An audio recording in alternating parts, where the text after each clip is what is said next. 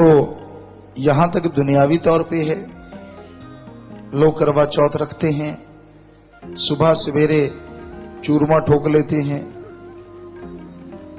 10 दिन का भोजन 2 घंटों में रगड़ देते हैं और सारा दिन खाली पेट रह के दिखाना, और फिर दिन में भी फ्रूट वगैरह लाओ जी, ये लाओ जी, शाम का इंतजाम दोपहर को ही शुरू हो जाता है।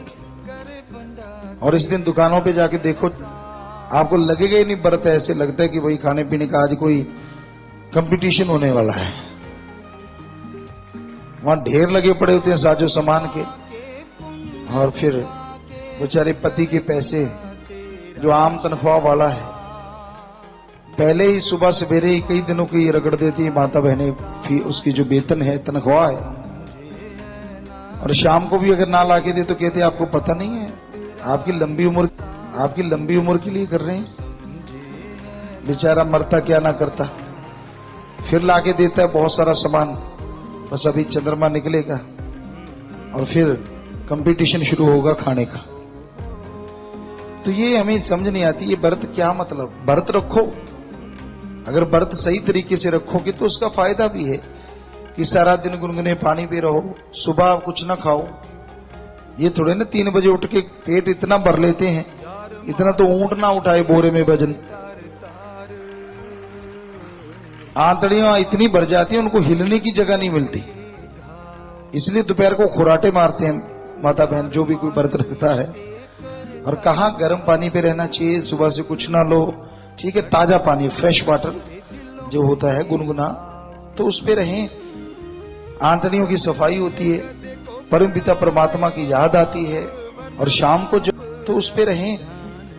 आंतड़ियों की सफाई होती है, परम पिता परमात्मा की याद आती है, और शाम को जब व्रत तोड़ो, जब भी आप तोड़ना चाहो 24 घंटे 12 घंटे के बाद, तो उसके बाद बिल्कुल हल्का फुल्का कोई भोजन लो, तो यकीनन वो खाने से शरीर तंदुरुस्त होता है, मालिक की याद आती है। और हमें लगता है कि बहनें रखती है तो भाइयों को भी एक दिन रखना चाहिए।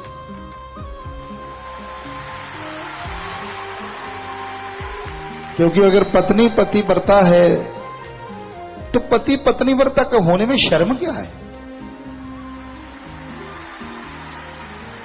हम सुना करते थे ये तो पत्नी का गुलाम है, तो इसका मतलब पत्नी आपकी गुलाम रह सकती है, आप नहीं बन सकते। बड़ी हैरानी होती है।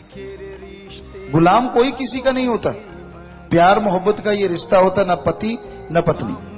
जब तक विचार मिलते हैं तो सब कुछ ठीक ठाक है, विचार नहीं मिलते तो कहते गल पे ढोल बजाना पैंदा है, वो वाली बात है।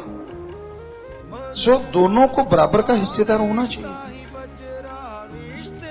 तो जरूरी है कि एक दिन पति महोदय भी व्रत रखें, वो भी उस तरह रहा करें, ताकि बराबर का प्यार बराबर। आज हम तो शुरू से कहते आ रहे हैं कि दोनों का हक बराबर होता है, पर यहां पुरुष प्रधान समाज है, यहां तो बेइज्जती हो जाती है आदमी की, मूंछें नीचे हो जाती है।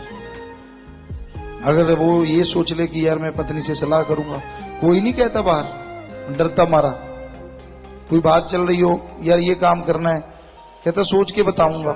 ये नहीं कहता कि मैं पत्नी से पूछ के बताऊंगा, डरता मारा कहेंगे ये गुलाम है।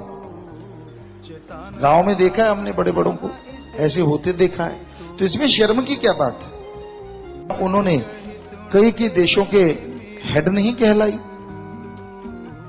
तो क्यों ऐसा क्यों। तो राय लेनी चाहिए घर परिवार में बैठ के, एक जैसा सम्मान करना चाहिए, पुरुष को औरत का, औरत को पुरुष का।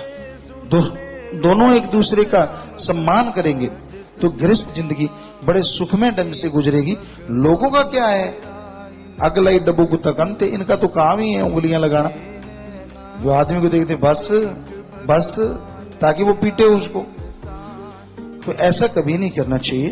और रही बात अगर परमपिता परमात्मा के लिए ये चीज आप निभाना चाहें तो प्रेम करना, कहना सौखा थी, निभाना बड़ा औखा।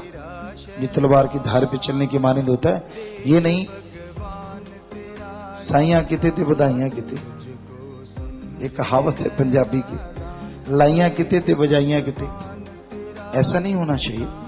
दृढ़ यकीन के साथ, ये नहीं साइयां किते ते बधाइयां किते, ये कहावत है पंजाबी की। लाइयां किते ते बजाइयां किते। ऐसा नहीं होना चाहिए। दृढ़ यकीन के साथ, दृढ़ मोहब्बत के साथ आप आगे बढ़िए। सत्संग बहुत सी है जो हफ्ते में एक दिन व्रत रखती ही रखती है, 24 घंटे का रखती है वक्त। और जो भी खाने का पैसा होता है या जितना भी खाना होता है वो उनको देते जो लाचार, अंगहीन, अपंग होते हैं। और हम कहते हैं इससे बढ़िया व्रत कोई दुनिया में हो ही नहीं सकता। जो आपके पेट में भोजन नहीं गया वो उनके पेट में गया और उनकी दुआएं आएंगी, वो फूड बैंक में चला जाता है। और फूड बैंक वाले पूरा पूरा महीना जो आर्थिक तौर पे तंग हैं, अंगहीन, अपंग हैं, उनको पूरे महीने का राशन देते, उसमें आपका भी हिस्सा होता है। तो बहुत फल मिलता है, बहुत खुशी मिलती है।